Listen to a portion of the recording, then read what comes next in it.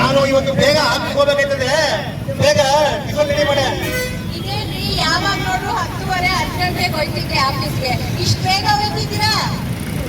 ಹ್ಞೂ ಕಣೆ, ಇವತ್ತು ಮೀಟಿಂಗ್ ಐತೆ, ಹಂಗೆ ಹೋಗ್ತೀನಿ. ಒಂದು ಸ್ವಲ್ಪ ಕಸ ಕೂಡ ಹಂಗೆ ಬಿಸಾಕೊಂಡಿದ್ದೀನಿ. ಅಯ್ಯೋ, ನಾನು ಅದನ್ನೇ ಹೇಳೋಣ ಅಂತಿದ್ದೆ. ಯಾರು ಹೋಯ್ತಾರೆ? ಒಂದಷ್ಟು ಕಸಗಳಿದಾವೆ, ಕೊಡ್ತೀನಿ, ಸ್ವಲ್ಪ ತಗೊಂಡೋಗ್ಬಿಟ್ಟು ಎಸ್ಬಿಡಿ. ಅಯ್ಯಯ್ಯ, ಅಲ್ಲ ಕಡೆ, ಮನೆ ಮುಂದೆ ಗಾಡಿ ಬಂತಲ್ಲ, ಅಲ್ಲಿಗೆ ನೀವು ಕೊಡ್ಲಿಲ್ವ? ಗಾಡಿಗೆ ಕಸ ಕೊಡ್ಲಿಲ್ವಾ? ಆ ಗಾಡಿ ಬರ್ತದೆ ಯಾವಾಗ್ಲೂ. ನಿದ್ದೆ ಎಲ್ಲ ಹಾಳಾಗೋಗುತ್ತೆ. ಹೋಗಿ ಅಲ್ಲೆಲ್ಲ ಮೋರಿ ಹತ್ರ ಎಸ್ಬಿಟ್ಟು ಹೋಗಿ. ನಿದ್ರೆ ಹೊಂಟೈತದೆ ಅಂದ್ರೆ ಪೌರ ಕಾರ್ಮಿಕರ ಗಾಡಿಗಳು ಬಂದಾಗ ನಿಮ್ಗೆ ನಿದ್ರೆ ಬರ್ತದೆ. ಕಸ ಹಾಕೋಕು ಸೋಮಾರಿತನನ ಅಲ್ಲ ಬರೆ ಇನ್ನೇ ಇದ್ಬಿಟ್ರೆ ಮುಗಿದೋಯ್ತು, ಊರೆಲ್ಲ ಗಬ್ಬು ನಾರು ಬರ್ತದೆ. ನೋಡು, ಹೆಣ್ಣು ಮಕ್ಕಳುಗಳು ಎದ್ದ ತಕ್ಷಣ ಕಸನ ಸರಿಯಾಗಿ ವಿಲೇವಾರಿ ಮಾಡಬೇಕು.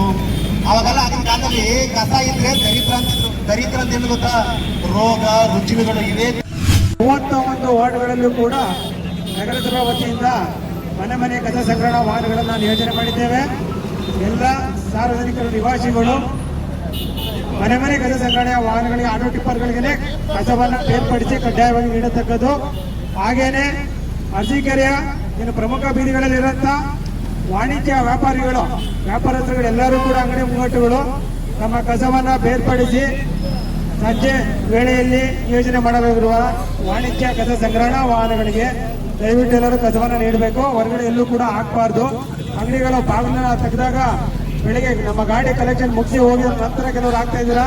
ದಯವಿಟ್ಟು ಯಾರು ಕೂಡ ಹೊರಗಡೆ ಕಸವನ್ನು ಹಾಕಬಾರ್ದು. ನಗರಸಭೆಯ ಆಟೋಗಳಿಗೆ ಕಸವನ್ನು ನೀಡುವುದರ ಮೂಲಕ ನಗರದ ಸ್ವಚ್ಛತೆಯನ್ನು ಕಾಪಾಡಲಿಕ್ಕೆ ನಮ್ಮೆಲ್ಲರಿಗೂ ಕೋರ್ಕೊಳ್ತಾ ಇದ್ದೇನೆ. ಹಾಗೇನೆ ಇಲ್ಲಿ ಬಲಭಾಗದಲ್ಲಿ ನಮ್ಮಲ್ಲಿ ಒಬ್ರು ಪ್ಲಾಸ್ಟಿಕ್ ಹಸುರನ್ನು ತರ ನಿಲ್ಸಿದ್ದೇವೆ, ಕಸಾಸುರ.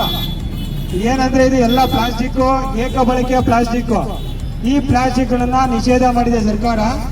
ಇವುಗಳನ್ನ ಬಳಕೆ ಮಾಡಬಾರದು ಅನ್ನೋ ಉದ್ದೇಶಕ್ಕೆ ಈ ಒಂದು ಏಕ ಬಳಕೆಯ ನಿಷೇಧಿತ ಪ್ಲಾಸ್ಟಿಕ್ ನ ಬಳಕೆ ಮಾಡಿ ಒಂದು ಕಸಾಸುರನ್ನ ನಿರ್ಮಾಣ ಮಾಡಿದ್ದೇವೆ.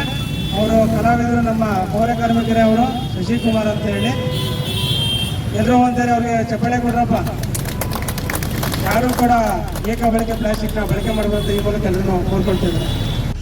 16 ಇತ್ತು, ಅದರಲ್ಲಿ ಕೇವಲ ಹಸಿ ಕಸ ಮತ್ತು ಒಣ ಕಸ ಮಾತ್ರ ವಿಂಗಡಣೆ ಮಾಡೋಕ್ಕೆ ಸರ್ಕಾರ ಆದೇಶ ಮಾಡಿತ್ತು. ಆದರೆ ಸುಪ್ರೀಂ ಕೋರ್ಟ್ನ ನಿರ್ದೇಶನದಂತೆ 2026ರ ಘನತ್ಯಾಜ್ಯ ವಸ್ತುಗಳ ನಿಯಮ ಅನ್ವಯ 4 ಹಂತದ ಕಸ ವಿಂಗಡಣೆ ಮಾಡಬೇಕಾಗಿದೆ. ಸಾರ್ವಜನಿಕರಿಗೆ ಈ ನಿಟ್ಟಿನಲ್ಲಿ ಅರಿವು ಮೂಡಿಸುವ ಸಲುವಾಗಿ ನಾವು ವಿವಿಧ ಕಾರ್ಯಕ್ರಮಗಳನ್ನ ಮಾಡ್ತಾ ಇದ್ವಿ, ಜಾಥಾಗಳನ್ನ ಮಾಡ್ತಾ ಇದ್ದೀವಿ, ಸ್ಕೂಲ್ಗಳಲ್ಲಿ ಅವೇರ್ನೆಸ್ಗಳನ್ನ ಕೊಡ್ತಾ ಇದ್ದೀವಿ. ಮತ್ತೆ ಬೀದಿ ನಾಟಕ, ಇವತ್ತು ಬೀದಿ ನಾಟಕ ಮತ್ತು ಸಾರ್ವಜನಿಕರಿಗೆ ನಾವು ಘನತ್ಯಾಜ್ಯ ವಸ್ತುಗಳ ವಿಲೇವಾರಿಗೆ ಯಾವ ರೀತಿ ಕ್ರಮ ತಗೋತೀವಿ ಅಂತ ಒಂದು ಮಾಡೆಲ್ನ ನಾವು ನಿರ್ಮಾಣ ಮಾಡಿ ಎಲ್ಲ ಸಾರ್ವಜನಿಕರಿಗೆ ತೋರಿಸೋ ಅಂತ ಒಂದು ಕಾರ್ಯಕ್ರಮನ ಮಾಡ್ತಾ ಇದ್ದೀವಿ.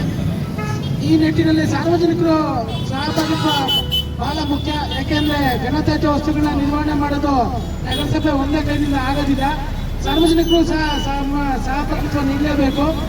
ಯಾಕೆಂದ್ರೆ ಮನೆಯಲ್ಲಿ ಉತ್ಪತ್ತಿ ಆಗೋ ಕಸನ ಏನು 1 kg 2 kg ಕಸ ಇರ್ತದೆ, ಅದನ್ನ ವಿಂಗಡಣೆ ಮಾಡಿ ಸರಿಯಾಗಿ ರೀತಿಯಲ್ಲಿ ನಮಗೆ ಕೊಡಲಿಲ್ಲ ಅಂದ್ರೆ ನಾವು 20-22 ಟನ್ ಕಸನ ಯಾವ ರೀತಿ ವಿಂಗಡಣೆ ಮಾಡುವುದು, ಈ ಕಷ್ಟಗಳನ್ನ ನಾವು ತಿಳ್ಕೊಂಡು ಸಾರ್ವಜನಿಕರು ತಮ್ಮ ಮನೆಯಲ್ಲಿ ಏನು ಕಸ ಬರ್ತದೆ ಅದನ್ನ ಕಡ್ಡಾಯವಾಗಿ ಹಸಿ ಕಸ, ಒಣ ಕಸ ಮತ್ತು ಸ್ಯಾನಿಟರಿ ವೇಸ್ಟ್ ಮತ್ತು ವಿಶೇಷ ಕಾಳಜಿ ಕಸ ಅಂತ ಏರ್ಪಾಡು ಮಾಡಿ ಕಡ್ಡಾಯವಾಗಿ ನಮ್ಮ ಆಟೋ ಟಿಪ್ಪರ್ಗಳಿಗೆ ಕೊಡಬೇಕು. ನಾವು ಆಟೋ ಟಿಪ್ಪರ್ಗಳಲ್ಲಿ ಈಗಾಗಲೇ 4 ಹಂತದ ಕಸಗಳನ್ನ ಹಾಕಕ್ಕೆ ಕಂಪಾರ್ಟ್ಮೆಂಟ್ಗಳನ್ನ ಮಾಡಿದ್ದೀವಿ.